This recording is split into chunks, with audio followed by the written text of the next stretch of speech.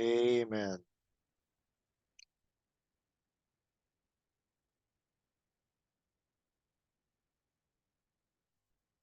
Okay.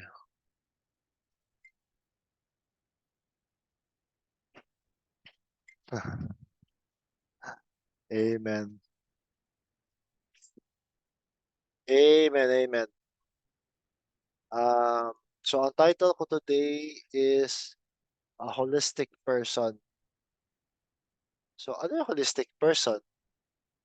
Sabihin natin holistic is um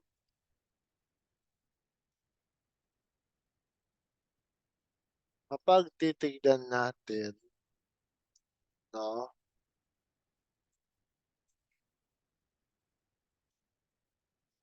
What is holistic? Holistic, uh, according to Google, characterized by the belief that the parts of something are interconnected and can be explained only by reference to the whole. Okay? More of um, sa pangkalahatan, no? Sa Merriam-Webster, no? Of or relating to holism, related to or concerned with wholes or with complete systems rather than the analysis of treatment of or dissection into parts. The whole is greater than the sum of its parts. Okay? So, more of pangkalahatan. Amen? Ang kabuuan. Sapagkat nakikita natin, no, na tayo ay ang buong creation. So, um, makikita mo na ang ang isang tao mas at ease ka kapag nauunawaan mo, no, na nakikita mo ang mas pangkalahatan na pananaw. It's I can't say that being holistic it makes you perfect or whatever, but being holistic gives you a more in-depth understanding because it uh, gives you an understanding of the bigger picture. It is not something that tangible that you could see, right? But when you piece together everything, all the information, all the events, all the things that you went through in your life, you could see a bigger picture. Very much like, let me set an example. Very much like Joseph the Dreamer. His 10 older brothers wanted to kill him because they were so jealous of their father's love for Joseph, of their father's favoritism for Joseph. And they wanted to kill him, but they said they think it's better that we profit from his death. So they sold him to slavery to Egypt,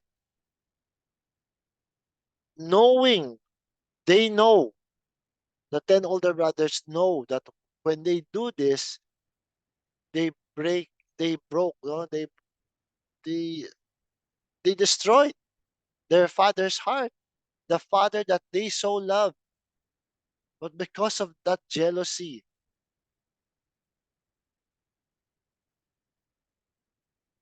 uh, they were caught in the emotion of jealousy at that time, and everything boiled over, and they acted out with hate.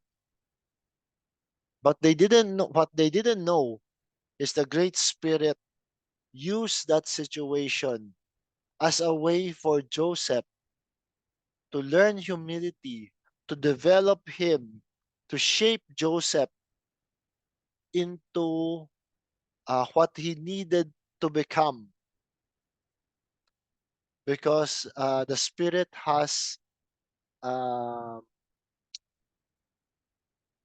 has a purpose. And Joseph, as he went through all those sufferings, he was sold to slavery, he was made to serve people under bondage, he was accused of crimes he did not commit, he was jailed for no fault. He didn't do anything wrong, but he was jailed because of false accusations. And yet, through all those trials, Joseph was optimistic in every situation. When he was a slave, he was he did his work. He did his job so good that Potiphar promoted him to be head of his household. When he was jailed, being falsely accused by Potiphar's wife, but he was in jail, but he did his job.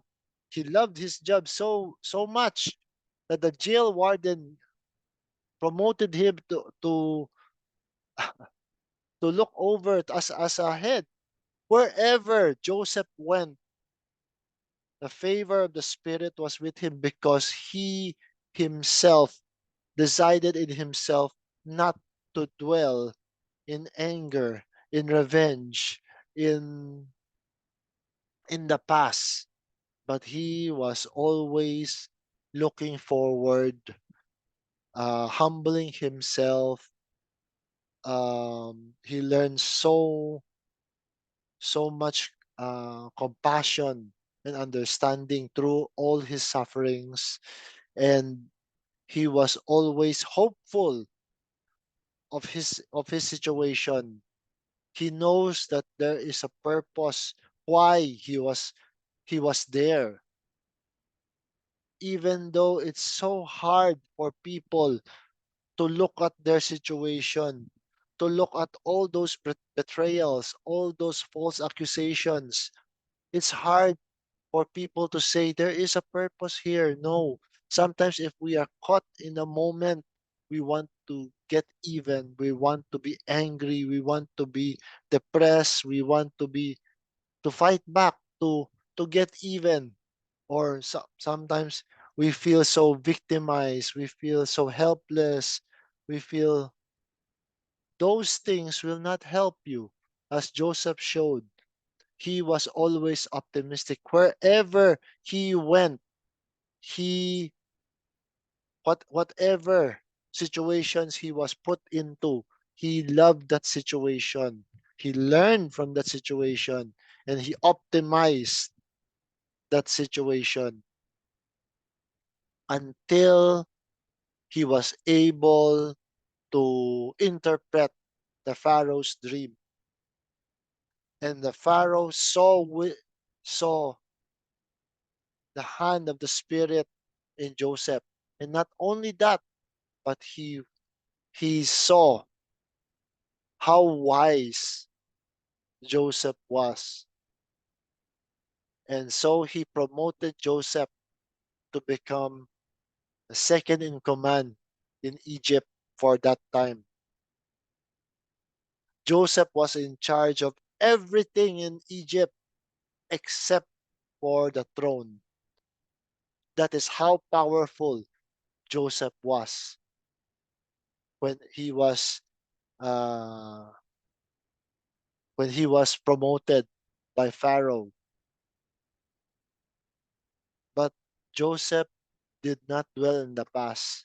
Joseph did not harbor any hate, any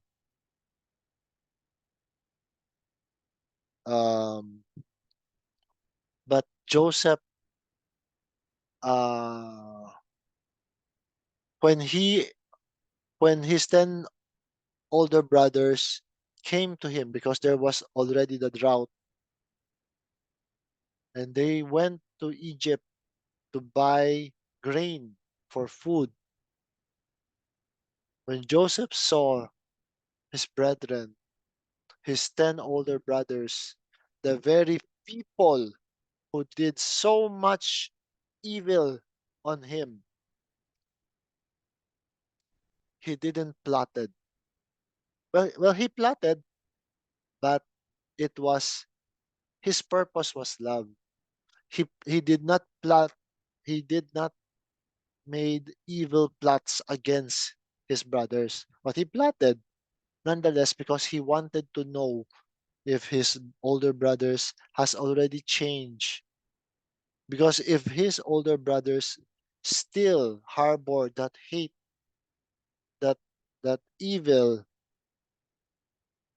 right? Not even Joseph can help his 10 older brothers, but because his 10 older brothers, through time, went through their own trials in life and learned and realized the wrongs that they made in their life. So you could see all those time passing helps shape us, right? And Joseph the dreamer, he come to realize that he was when he revealed himself to his 10 older brothers, he said, "Don't be afraid." He said, "God used your evil against me to make it a way for me to become a preserver of life for Israel." What what Joseph could only express was love. And Joseph was able to see a very clear, bigger picture than anyone could ever have, have hoped for during his time. He was able to see all those times of betrayals, of sufferings, of wrongdoings people did to him. All those were just stepping stones, steps for him to step on and to reach his goal, to become a preserver of life to the people he loves the most. Amen. So you don't know, brothers and sisters, whatever trials we are going through, maybe those are just stepping stones for us to step on to bring us higher to what we needed to go to. Amen. So here, Joseph, Joseph the dreamer can just, if he decided to just then and there imprison and commanded his soldiers to behead all his 10 brothers. It can happen. It's very possible. He can falsely accuse them of something that will lead.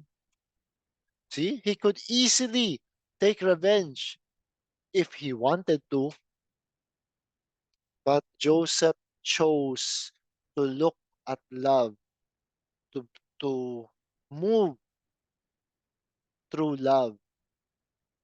Amen. So choosing is a very important part of being holistic. Amen. It's very important. Napakahalaga sa isang tao na kung gusto mong mas malalim ang iyong unawa, kailangan piliin mong gawin ang mas mahirap na bagay. Amen? Sapagat hindi mo alam eh, yung mga mas mahihirap na bagay na yon, maaaring yun ang daan na kailangan mong tahakin para makarating ka kung saan ka dapat makarating. Amen? So, ang holistic person na ibig sabihin ko ay mas, ah, nauunawaan niya. Kapag sinabi ko mas nakikita niya ang bigger picture, ibig sabihin mas nauunawaan niya ang pangkalahatang nangyayari sa kanyang buhay. Amen? Amen po ba? Welcome po lahat sa ating Facebook Live. Okay, so punta tayo sa ating unang slide.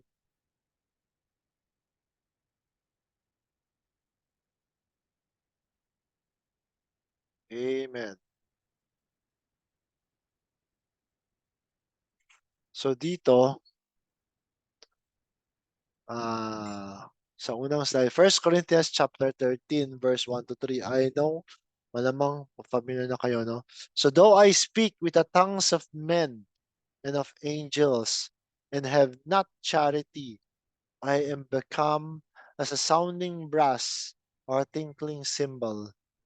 And though I have the gift of prophecy and understand all mysteries and all knowledge, and though I have all faith so that I could remove mountains.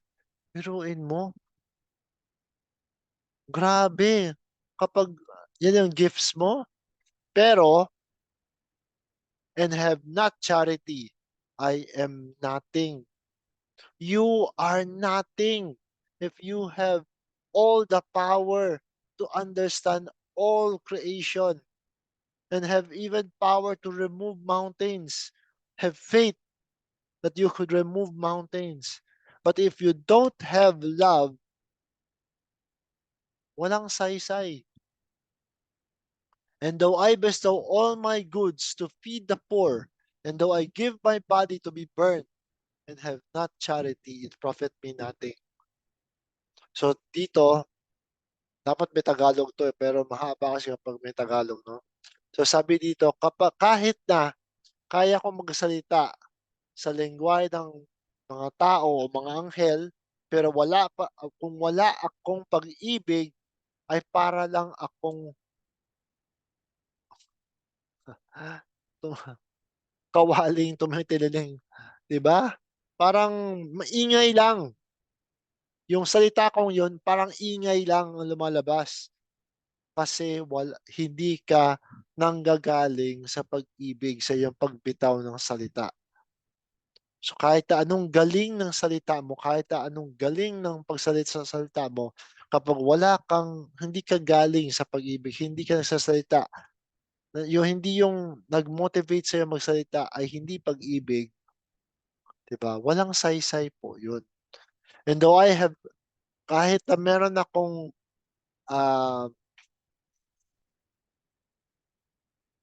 meron akong, kaya ko magpropesiya, naunawaan ko lahat ng misteryo, lahat ng kaalaman, lahat ng karunungan, and though I have kahit na meron akong pananampalataya na kaya kong mag mag magtanggal o maglipat ng bundok. Grabe ang pananampalatayang 'to, parang mas grabe pa kay Jesus Christ, and have not charity na kahit na kapag wala akong pag-ibig, ibig sabihin hindi yung motivation ko na para i-operate yung gifts of prophecy, yung unawa, yung pananampalataya, lahat ng 'yan ay walang saysay kung hindi po siya nanggagaling o sa pamamagitan ng pag-ibig. Wala pong saysay lahat ng wala. And though I bestow all my goods, kahit na lahat ng aking ari-arian ay ipamahagi ko sa mahihirap at kahit ay bigay ko buong katawan ko para sunugin, kapag ang rason ng aking paggawa ay hindi pag-ibig, wala po akong makukuhang kahit na anong pakinabang. Amen po ba? So sa lahat ng gawain mo ano man yung ginagawa mo, mga kapatid, kailangan ay, um, ang ang rason ng paggawa mo ng bagay na yun, sana po ay galing sa pag-ibig. Pag-ibig, hindi po pag-ibig na pangsarili ha, pag-ibig para sa iyong kapwa. Sabi ko nga kahapon sa Zoom, everything in nature is always, it is existing, it is living for others. Sabi ko, saan ka nakakita ng punong kahoy na kapag siya po ay namunga ng kanyang mga prutas, ay siya rin ang kumakain ng sarili niyang prutas? Wala, 'di ba?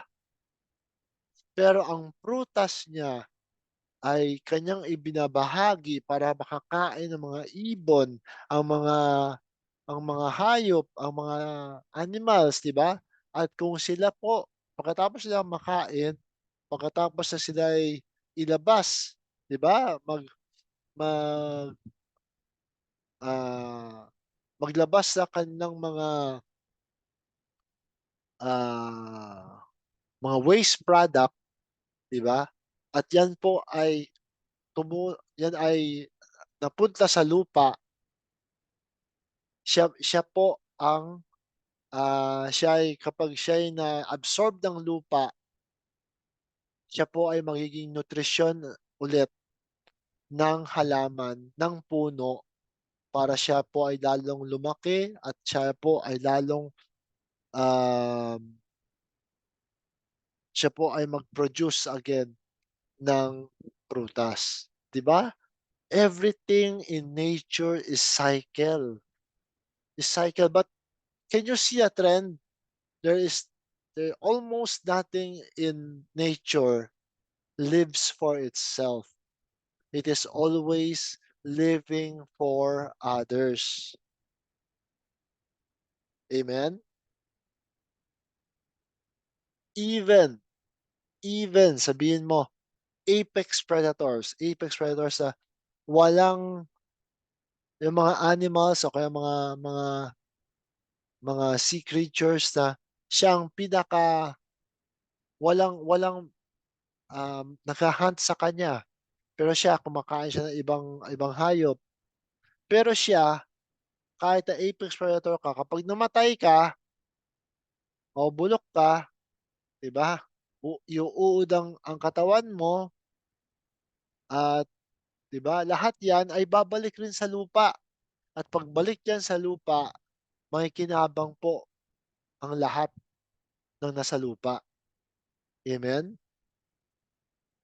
So, nature is always living for us. Kahit na tumakbo ka, kahit na sabihin mong ayaw mong mag-live for others,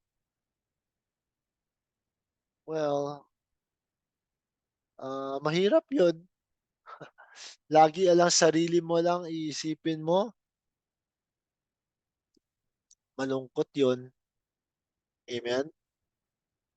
So, ah, tuloy tayo sa next slide 'no.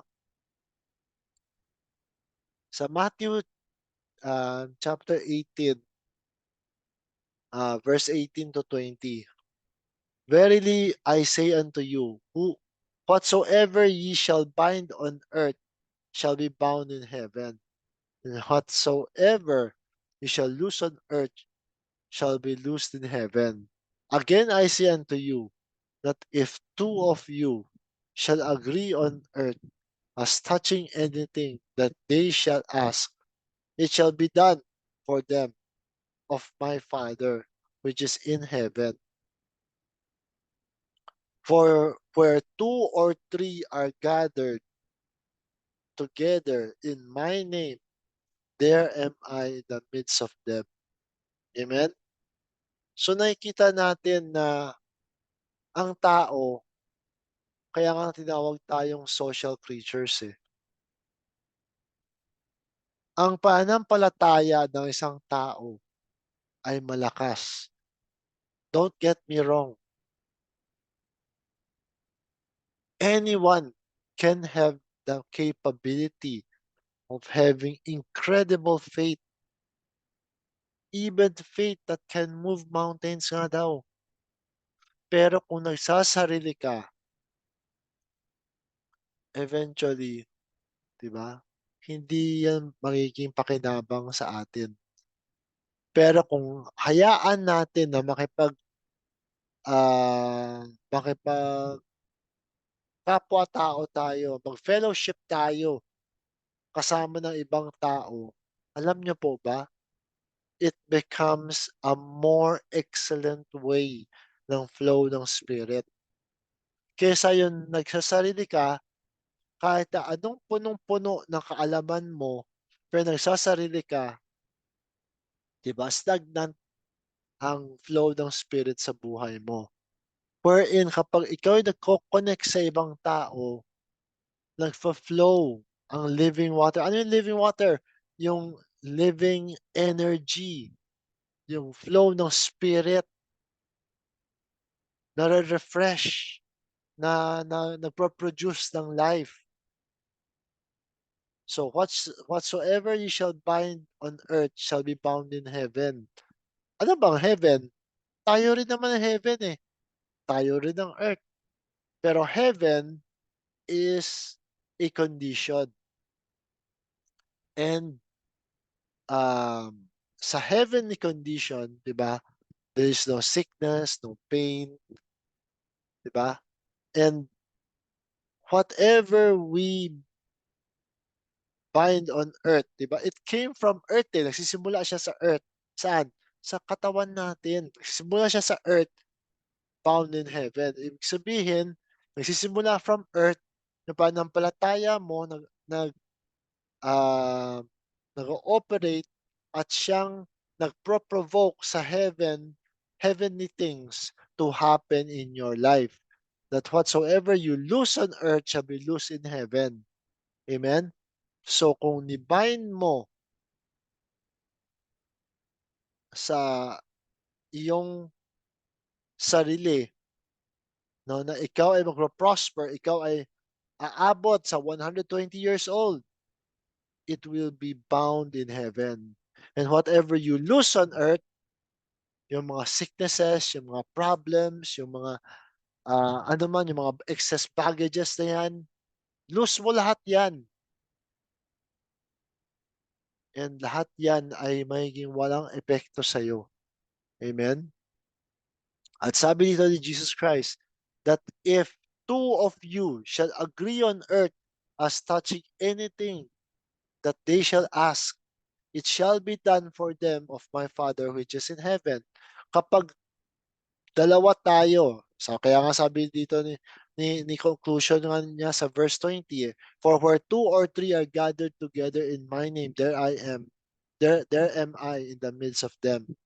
Mas nagkakaroon ng flow. Kaya nga sabi, the effectual fervent prayer of the righteous availeth much. Lalong gumaganda yung flow ng spirit, ng healing, ng provision, ng answered prayer, ano man ang mga suliranin. Amen? Kung dalawa lang kayo, a more perfect way yun kumpara sa isa na nag-iisa. Amen? So, mas maganda na nakikita kita, mas maganda na nagfe-fellowship, mas maganda na nagkikita-kita. Bagamat ngayon hindi tayo nakapagkita-kita dahil sa weather, ay okay lang na naunawaan niya ng spirit. Amen? Pero sabi ko nga, mas maganda, iba pa rin, sabi ko sa inyo, alam niyo marami nagpapanood, mas iba pa rin ang face to face na nag-uusap kumpara sa virtual. Yung nga lang, dahil sa circumstances, dahil ano man yung reason, ay um, mas okay ang virtual kesa totally wala, 'di ba? Who would have thought 10 or 20 years ago, kapag may malakas sa bagyo, hindi maka-attend yung mga kapatiran, walang church, wala. Totally wala. Hindi niyo naririnig yung pastor niyo na nagsasalita. Unlike ngayon, nakakapag-Facebook Live tayo, meron tayong paraan na para meron tayong mga software, hardware na makapag-broadcast tayo na almost libre. Internet signal lang kailangan mo.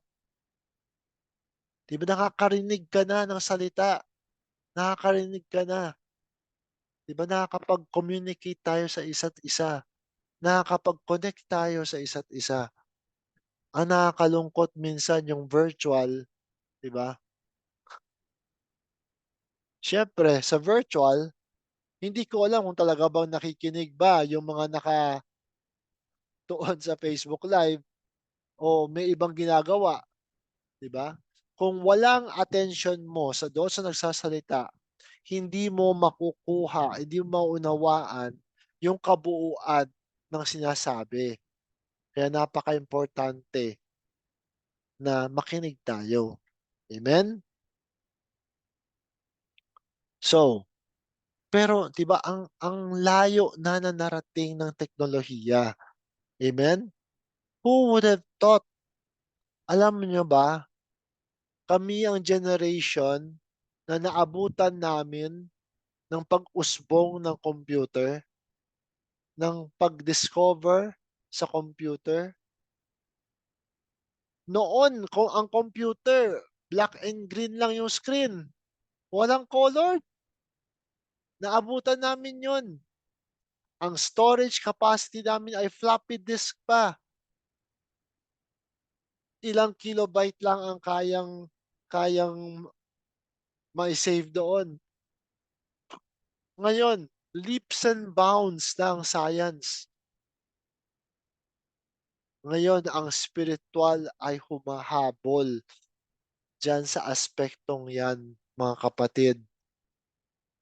2023 na ngayon, ang spirito ay umuusbong, ang kaunawaan ay sumasabog, amen? At ni-reveal sa atin ng Espiritu na lahat ng tao sa balat ng lupa, even all creation, has something beautiful to tell its story, to show us. If we could only take time to appreciate them.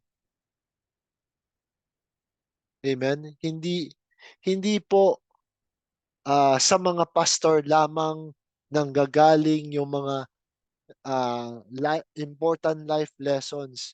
Sometimes makikita mo sa animal kingdom. Minsan makikita mo sa mga tambay. Marinig mo sa iyong mga magulang, sa iyong teacher, sa sino man yung mga tao kaharap mo. Tumutulay o tumutugma yung sinasabi at ginagawa nila sa naangkop para sa itong presenteng kaunawaan ng Espiritu. Amen? Yan ang ganda ng mensahe ngayon. Sabi ko sa inyo, ang mensahe natin ay sobrang simple. Kahit na bata na 5 years old, 6 years old, basta yung kaya ng makaunawa, kayang-kaya nila ma-pick up ito. Hindi kagaya noon, yung ang gospel natin noon, 'di ba? Ang lalalim ng mga wordings, hindi naunawaan ng bata. Ngayon yung flow ng Spirit ay iba na. Ibang-iba na ngayon, mga kapatid. Welcome po, Sister Marisa. Amen. So tuloy tayo sa next slide. The 2 Corinthians chapter 12, verse 4 to 6. How that he was caught up into paradise and heard unspeakable words. Sabi dito ni Paul sa Corinto, no? Which it is not lawful for a man to utter. Of such an one will I glory, yet of myself I will not glory, but in my infirmities. For though I would desire to glory, I shall not be a fool, for I will say the truth, but now I forbear, lest any man should think of me above that which he seeth me to be, or that he heareth of me. Dito nakita natin, no, na si Paul, ang dami niyang revelation na pinakita, pinaunawa sa kanya ng Espiritu. Sobrang daming mga mga bagay na na-reveal sa kanya na at his time, kapag sinabi niya yan, wala pong makaka-pick up. Kaya nga sabi niya, unspeakable words, which it is not lawful for a man to utter. Welcome po, Mr. Angie. Diba nakita natin, sa panahon niya, hindi pa tamang panahon para bitawan yung mga salitang yun. Pero sabi nga niya, dahil sa dami ng lahat ng mga kaalaman na ito, ay mag-glorify ako, hindi ako mag-glory sa aking sarili. Amen? Kundi ako yung mag-glorify sa aking kahinaan, sa aking karamdaman, sapagkat nagpapakumbaba siya. Sabi nga nila, sabi nga ni Pastor Villagonsa noon alam nyo, malalaman mo isang tao na marami, mas um, malalim ang kanyang kaunawaan kapag siya ay humble. Sapagkat makikita mo ang ang trigo. 'Di ba sabi nila ang trigo, paano mo alam na hitik sa laman yung trigo? Kasi nakabaw siya. Sapagkat hitik na hitik yun yung bunga niya. Hindi kagaya ng ibang trigo, kaya siya matayog kasi walang laman. Walang, wala siyang bunga. Amen? Pero ang mga may bunga, kung anong dami ng bunga, siya rin ang baba ng kanyang pagkabaw. Kasi sa sobrang bigat ng dami niyang mga bunga. Ganoon din po sana makita ninyo ang sarili ninyo. Na kapag nauunawaan ninyo, mas marami kayo nauunawaan. Ito po sana po ay mag-humble sa inyo. Bakit? Tuloy tayo. Bakit tayo kailangan mag-humble minsan? Sabi nga tuloy tayo sa verse 7, sabi ni Paul, unless I should be exalted above measure through the abundance of the revelations, there was given to me a thorn in the flesh, the messenger of Satan to buffet me, lest I should be exalted above measure. Alam nyo ba, sa sobrang lalim, sa sobrang dami ng revelation ni Paul, kinailangan, 'di ba? Kinailangan para hindi siya magmalaki. Alam nyo sa tao, kahit sinong tao, sabi ko sa kahit mismo si Kristo, sabi ko sa inyo, kinailangan niyang magpakumbaba. Sapagkat kung nakafocus lang siya sa lahat ng kanyang kapangyarihan, 'di ba? Bakit yung temptation kay Jesus Christ? Bakit yung temptation kay Jesus Christ tungkol sa himala, 'di ba? Sabi ng diablo kay Jesus Christ, gutom na gutom ka na. Itong mga batong to kaya mong gawing tinapay. Ah, umakyat tayo sa matayog na lugar. Tumalon ka at siguradong sasagipin ka ng mga anghel. At sabi ng diablo sa kanya, lahat ng kaharian ay pagmamay-ari ko. Sambahin mo lang ako at lahat na ito ay bibigay ko sa iyo. Hindi ba lahat yan? Kakayanan ni Kristo lahat yan? Pero nagpakumbaba si Kristo. At bawat singit, alam niyo po ba, yung tempt kay Christ? Sarili niyang pride yun. Amen? Kung paano symbolic sa time ni Lucifer nang dahil sa pride niya kaya siya nag-fall. Doon ay natuto ang Panginoon at siya po ay nagpakumbaba even until unto death, 'di ba? Nakita natin sapagkat kung sino ang siyang magpakumbaba, siya po ay tataas ng spirito. Amen?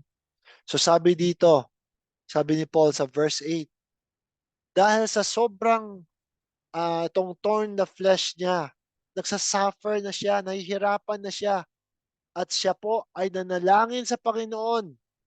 Not once, not twice, but 3 times na ito ay matanggal sa kanya, itong nagsasuffering sa kanya. Pero anong sagot ng Panginoon sa kanya? My grace is sufficient for thee, for my strength is made perfect in weakness. Most gladly, therefore, will I rather glory in my infirmities, that the power of Christ may rest upon me. Na-realize nito. Sino ang Panginoon na kausap ni Paul na sumagot sa kanya? Siya rin yun. Si Paul rin yun. The Christ that is in Paul, the Christ that is Paul answered him that my grace is sufficient for thee, for my strength is made perfect in weakness. Most gladly, therefore, will I rather glory in my infirmities, that the power of Christ may rest upon me. What is Christ? Christ is not a person, mga kapatid.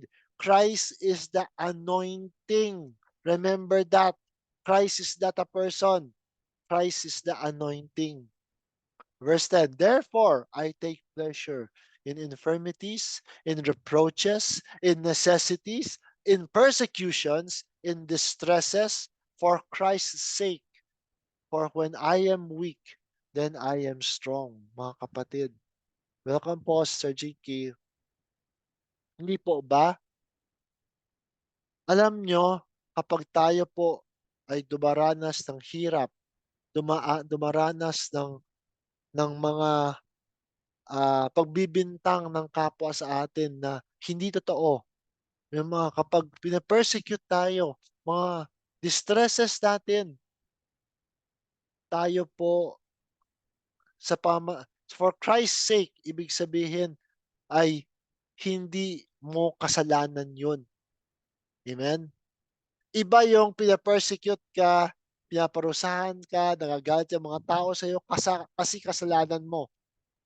Kung kasalanan mo, sabi ko nga, magsisi ka, magbago ka, maghihingi ka ng sorry, try mo your best to to give back what you owe people.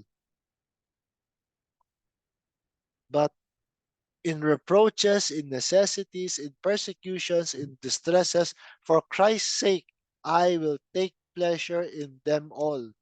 Ibig sabihin, ito po ay galaw ng Espiritu para sa atin at ito po ay paraan para makita ang iyong totoong kalakasan, mga kapatid. For when I am weak, then I am strong. Parang contrast, ano? Parang baliktad, ah. Kung kailan mahina ka, ay doon ka rin malakas. Parang ang hirap unawain, ano, mga kapatid. Pero yan ang flow ng Spirit. Sa pamagitan ng kahinaan, doon po nakikita ang tunay na lakas ng karakter ng isang tao. Amen? Sa next slide, sa John chapter 14, verse 10 to 14. Believest thou not that I am in the Father, and the Father in me? The words that I speak unto you, I speak not of myself, but the Father that dwelleth in me, He doeth the works. Sabi to Jesus Christ sa John 14. Believe me that I am in the Father in me, or else believe me for the very work's sake. Verily, verily, I say unto you, he that believeth on me, The works that I do shall he do also, and greater works than these shall he do, because I go unto my Father. Amen? Nakikita ninyo? Ngayon, parang lagi tayo nakafocus lamang kay Kristo lamang, kay Kristo lamang, kay Kristo lamang. Parang gusto lang natin maging Kristiyano lamang, gusto natin maging Christ-like lang. Alam niyo, Christian, followers of Christ. That means gusto mo lang para maging imahe ka lang ni Kristo. Parang magkatulad lang ni Kristo, okay na ako, masayang-masaya na ako. Parang achievement na yon. Hindi po, mga kapatid. Sabi dito ni Kristo, that he that believeth on me, the works that I do, shall he do also. Sana kung hanggang doon lang eh. And greater works than these shall he do. Ha? Greater works pa. Hindi mo kayang magawa yung mga katulad ng ginagawa niya kung ikaw ay katulad lang ng original, 'di ba? Kaya nga napaka-importante na maging original ka. Nang tinawid natin na malaman naman natin ang totoong last name natin ay Christ. Ang bawat tao, ang last name niyo, ang totoong last name niyo, yung white stone ninyo ay Christ. You are Christ. Amen? So be who you are. Hindi yung gusto ko maging katulad daw ni Kristo. Hindi. Magpakatotoo ka kung sino ka. Sapagkat doon sa pagiging pagpatotoo mo kung sino ka sa buhay mo, doon mo kayang marating sa pamagitan ng pag-ibig na gawin yung mga ginagawa ni Kristo of 2,000 years ago, and greater works than these pa, mga kapatid. Sabi dito ni Kristo sa verse 30, and whatsoever you shall ask in my name, that will I do. And the Father may be glorified in the Son. Verse 14, if ye shall ask anything, anything, but you need to ask first. Hindi yung parang genie na gusto, lalapit ka lang sa spirito kasi may kailangan ka. Ano yung spirito? Ano yung Panginoon? Sabi nila, genie, nahihimasin mo lang para meron kang makuha na wish. You need to ask and ye shall receive. Seek and ye shall find. Knock and it shall be open unto you. The initiative is you, on you, mga kapatid. If ye shall ask anything in my name, I will do it. Amen? Amen po ba? So, yung potential, no? Pero para marating mo ang kabuuan ng iyong full potential, 'di ba? Yung unawa mo kapag maliit lang, kapag naka-focus ka lang palagi sa sarili mo, paano mo mauunawaan yung bigger picture? Paano mo how can you possibly grasp an understanding of the bigger picture if you're always focused only on yourself, if you're always loving yourself only? When you start loving others, I will tell you, beautiful avenues of understanding will open itself for you to travel in. And there you will find how grace is operating in other people. And you can be blessed when you know this. Helping other people, fellowshipping with other people helps us to have a glimpse of what life is in their perspective. And when you understand, when you could see what they see, it widens your horizon. It widens your understanding also, mga kapatid, because you are looking beyond your personal perspective lang. You are able to put yourself in other people's shoes. When you start to empathize, when you have compassion for your fellow people, you come to an understanding, an appreciation of what you have, and stop always desiring the things that you don't have, but appreciate what you have uniquely yours. Then you could come to a deeper and wider understanding of the things happening in your personal life. Then you start to become holistic, mga kapatid. You start to understand, ito pala, mas malalim na naunawaan natin. Mas hindi ka na mabilis magalit sapagkat alam mo kung saan nanggagaling ang kapatid mo. Ba't siya naapektuhan? Mga bagay na hindi mo dapat gawin, 'di ba? Huwag mo nang sadyaing gawin para lang inisin mo yung kapatid mo. Amen? Yan ang potential mo kapag ikaw po ay sinimulan mo ang pagtahak mo sa daan na papunta sa holistic.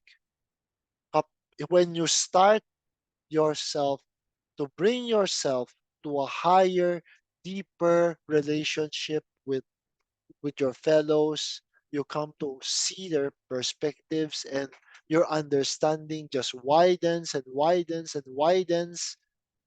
When you get the bigger picture, then you become more understanding. You could see a wide array of things. Then you come to appreciate, you come to be thankful of whatever you have, because there is so many people who wanted what you have that they could never have. As I always said, appreciate every morning you are able to wake up and breathe in using your own lungs. There are so many people today around the world who cannot use their own lungs to breathe in air. There's so many. They need machines to pump air into their being for them to live. I hope, I I hope we could we could come to that appreciation of life. Appreciate what you have. Appreciate your talent. Feel blessed, for you are fearfully and wonderfully made. You are not a mistake. You are not a weak being. You are the perfect being because you are a human being. Amen? You are Christ, living, breathing, talking, communicating, operating, traveling, whatever you are doing, you are Christ in the personification of me. Ako, Felix. Kayo, sino kayo? Pangatawanan mo na ikaw si Kristo. Diba? Sa mga kapatid, pare-pareho ang apelido namin.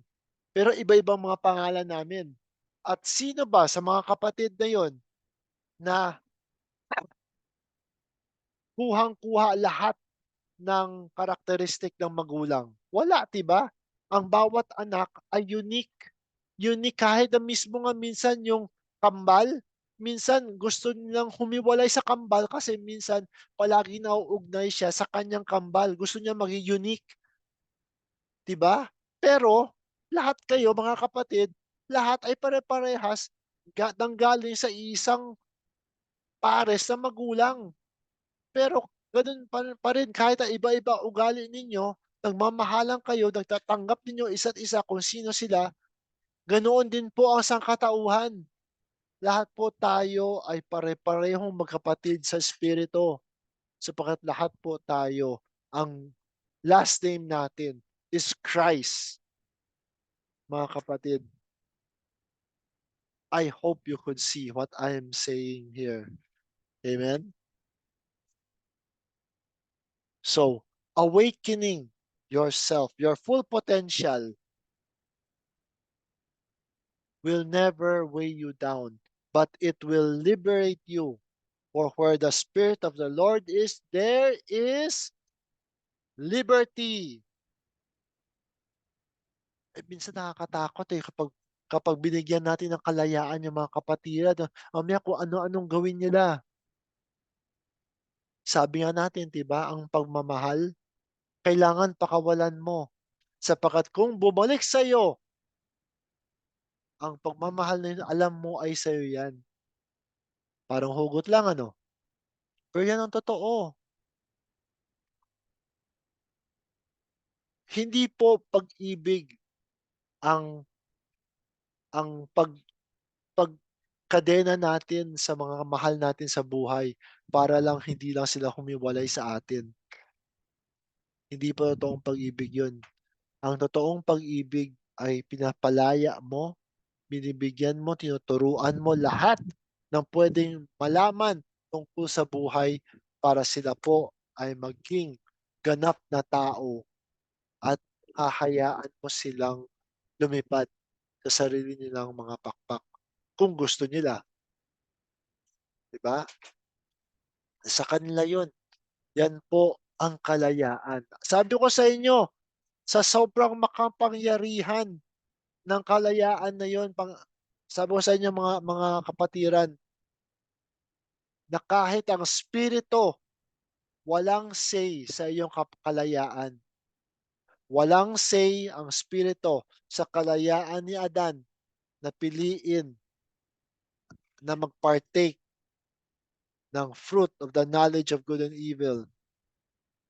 Walang kapangyarihan ang Espiritu sa panahon ni Kristo nung siya'y nanalangin sa Garden of Gethsemane na sana, let this cup ilagpas mo sa akin. Ayoko pang mamatay, Ama. Pero sabi ni Kristo, let your will be done, not my will. Free will. Ano sabi mo? Si Jesus Christ pinilit yan. Pwedeng mag-decide si Jesus Christ na hindi mamatay sa krus ng Kalbaryo. Sabi ko sa inyo, pwedeng gawin yan ni Kristo. Pero He chose to follow according to the perfect will of the Spirit. Sapagkat nakita niya tayong lahat, you and me, and He could see the victory that lays before Him. Tayo rin mga kapatid, sana po ay hindi ka manghina. Sa anumang pinagdaraanan mo kapatid, huwag kang mawalan ng pag-asa. For you are Christ. You are empowered to do what you need to do. And sometimes all those trials are just stepping stones. Just like Jesus, just like Joseph the Dreamer, all his sufferings are just stepping stones for him to be the preserver of life.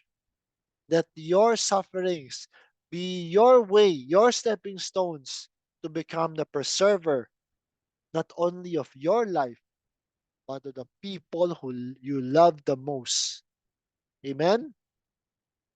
Because eternal life is living for others. So dito, may nagtanong kay Brother Don, and I received a question, what is a whole person? In my comment, sabi ni Brother Don dito, Brother Tori, a whole or holistic person is someone who has recognized their their eternal qualities and understands the movement of their life through vibration and frequency of the Great Spirit energy. A holistic person recognizes that wherever we are on that spectrum is good. We know that our strengths and our weaknesses are both a part of us. Ano man ang meron mong kalakasan, ano man ang meron mong mga kahinaan, parte yan kung sino ka, mga kapatid. Kailangan ay maunawaan mo na yan ay parte mo, at kung para ikaw po ay makapag-move forward sa buhay, para ikaw po ay ah, maging, pakinabang 'no, sa mga mahal mo sa buhay. Siyempre sisikapin mo na maging tulong, at para ikaw ay makatulong sa iba, kailangan ay tulungan mo muna ang sarili mo. So we know that our strengths and our weaknesses are both a part of us. Kailangan alam mo at aminin mo ano ang kalakasan mo, ano ang kahinaan mo. Sapagkat kung alam mo na yon, alam mo na rin kung paano mo reresolbahin ang sarili mo para ituwid ang sarili mo para maging kapaki-pakinabang sa mga mahal mo sa buhay at sa mga panahon na kailangan ka ng iyong mga mahal sa buhay. And we use them with great understanding and wisdom.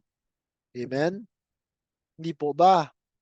We know kapag alam mo na kung ano ang kalakasan mo at kahinaan mo, kaya mo ng aminin na yan ay parte mo, aayusin mo sarili mo, at gagamitin natin sila, we use them with great understanding and wisdom. I-apply natin ang pag-unawa at karunungan sa mga aspeto ng buhay natin, 'di ba? Pupunuin natin yung mga bagay na kulang tayo, at gagamitin natin ang kalakasan natin para maging kapaki-pakinabang sa ating sarili at para sa mga mahal natin sa buhay. We are all things, sabi dito, and we take from those treasures as needed to help others and humanity. We take from those ano yung treasures na yun? Ang iyong kalakasan, ang iyong kahinaan, lahat yan ay treasures mo yan. At gagamitin mo yan as needed. Welcome po, Sister Beng. As needed to help others and humanity. We die daily, and we know that dying daily means we also resurrect daily. Almost moving on both ends of the spectrum. Always moving on both ends of the spectrum, the vibration and frequency of our spirit energy. All that we have ever learned since the beginnings and the endings of times is now working in us to bring forth yet another great age and world. Amen? Amen po ba? Paano mo malaman na holistic person ka? Kapag alam mo na ano ang iyong mga kahinaan at alam mo na ang iyong mga kalakasan, kaya mong gamitin sila para maging kapaki-pakinabang hindi lamang sa iyong sarili, kundi para sa iba at sa buong sangkatauhan. Ibig sabihin,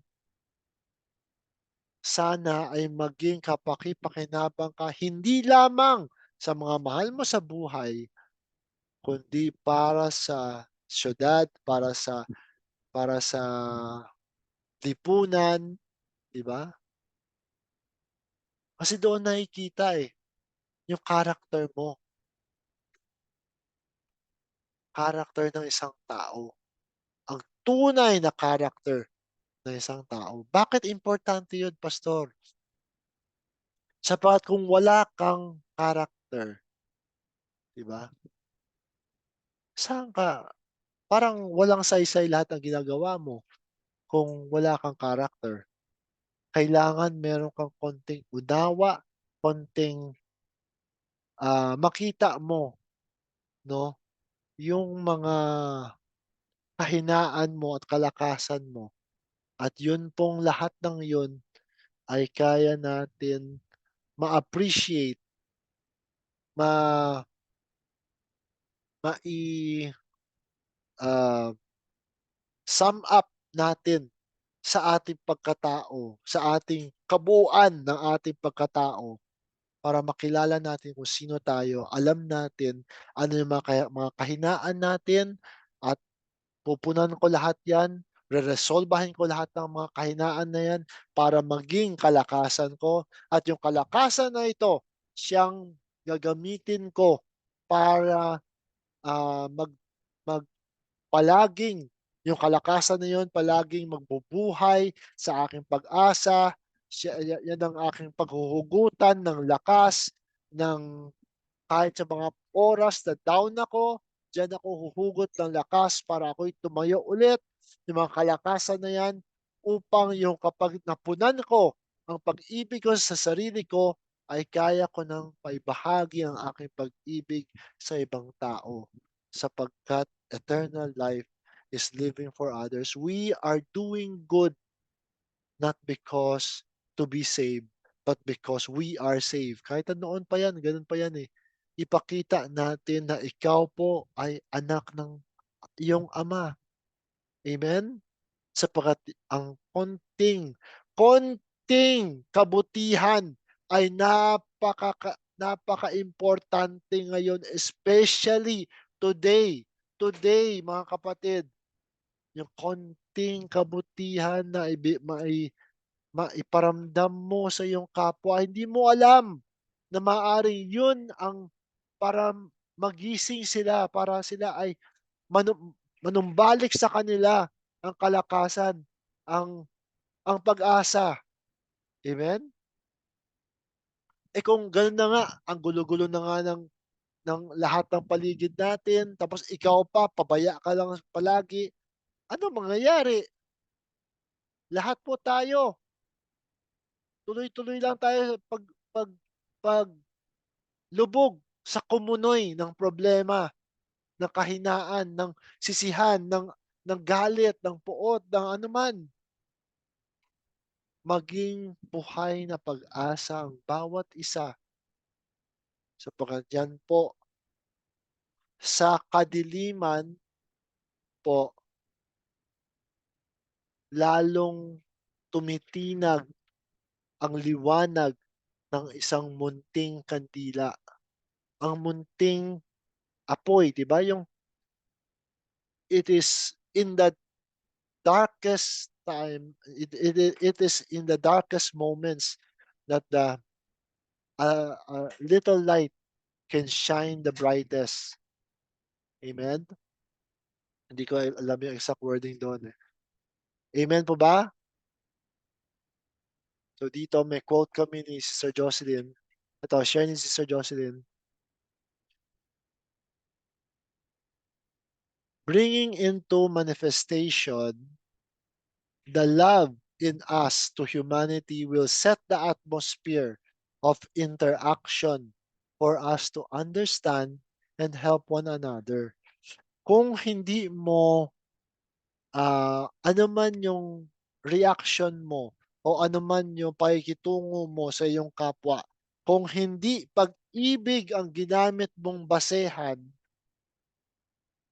hindi po ito magkakaroon ng pagkakataon na umusbong. Kaya yung pag-ibig na pinapakita natin, ito po ang siyang nagbibigay buhay o gumagawa ng atmosphere, yung surrounding, yung feeling na binubuhay yung interaction ng pagbukas ng unawa at pagtutulungan sa isa't isa. Amen? Diyan po nagsisimula. Hindi po ikaw ay tumulong para makakuha ka ng maraming likes sa social media. Ano yun? Walang saysay yun. Kahit sa 1,000,000 likes ka, kahit anong daming pera mo kapag wala kang pag-ibig doon, mabubuking at mabubuking ka rin. Amen? Pero kung gawin mo ito ng buong pagmamahal, buong pag-ibig para sa isa't isa, ito po ay gagawa ng atmosphere, 'no, ito po ay gagawa ng kondisyon sa pakikipagtungo natin sa isa't isa na magkaroon ng unawa at tulungan sa isa't isa. Amen po ba? Sabi ko dito, "The best time to help people is when they need your help the most. Love divine is living for others." 'Di ba? 'Yun ang sabi ko nga, sa mga taong nakikita mo na ngang nangangailangan ng tulong, porket meron kang iniindang sakit, porket meron kang problema, minsan ayaw mong tumulong, eh. Minsan iisipin mo misery loves company, eh. Since miserable ka na nga, gusto mo maging miserable rin yung iba. Hindi tamang pag-iisip 'yan kapatid. Sabi ko nga, kung miserable ka, gusto mo miserable ang iba, o sige, tuloy-tuloy lang ang lulubog sa kumunoy ng anumang problema at sitwasyon na iyong ginawa, na ikaw rin ang nag-decide sa buhay mo.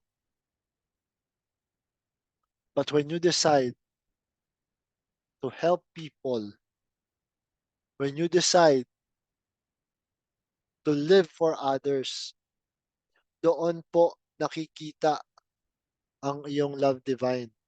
Doon nakikita ang iyong eternal na being. Hindi ikaw tumutulong para ka makakuha ng eternal life. Maling-maling mali na kaisipan 'yan. Ikaw po ay tumutulong dahil na-realize mo at alam mo na ikaw pala ay eternal. It's just the difference na not knowing lang. Pero kailanman ay hindi ka naging hindi eternal. Hindi po. Lahat po, kahit ang mundo, ay eternal. Pero sa ibang araw na topic na 'yan. Amen? So last slide ko. Treating people with compassion and finding ways of helping them creates an environment conducive to our own healing and is a reward blessing in itself. Alam niyo po ba, minsan yung solusyon o yung gamot o yung sagot sa anumang problema, karamdaman na meron ka, minsan alam niyo yung pagtulong mo sa kapwa. Doon mo masumpungan, eh.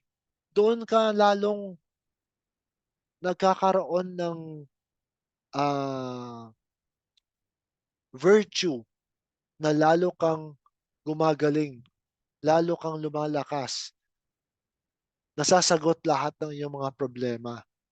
Doon sa mga panahon na ikaw po ay may malasakit at naghahanap ka ng paraan para makatulong sa iyong kapwa. Amen? Yan po ay gumagawa ng kondisyon sa buhay mo, sa buhay ng tao,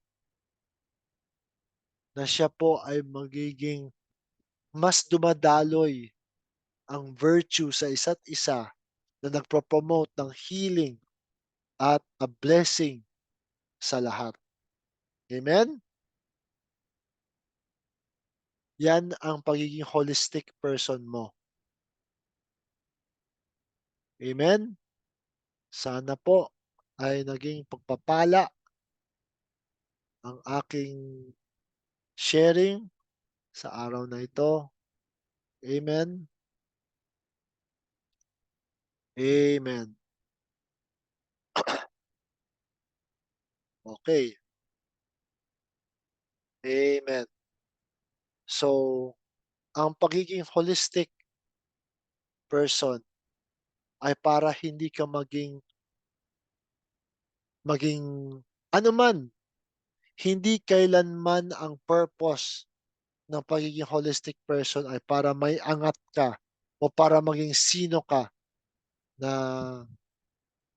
hindi po.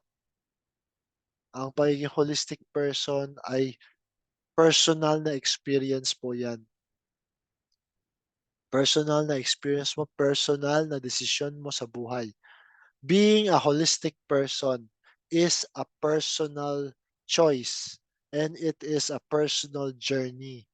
It is not something that we aim to be better than anyone or to be someone who is greater than anyone. No, holistic person is a personal um, conviction, personal decision in life, and it is a personal journey of each unique individual in their own time.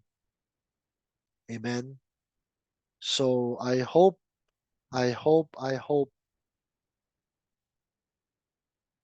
uy, ganda ng mga notes ni Sister Leia.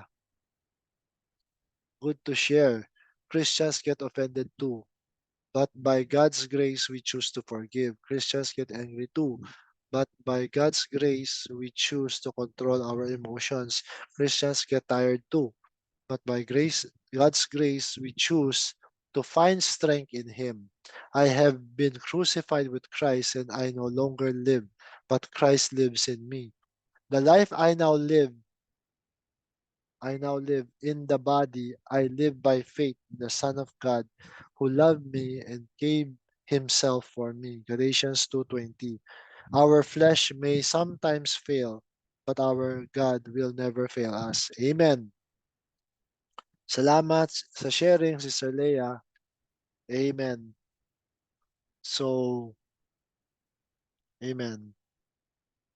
I hope, I hope it has been a big blessing to everyone.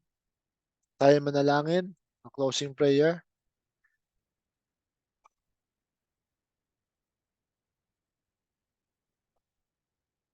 Thank you. Thank you, Lord.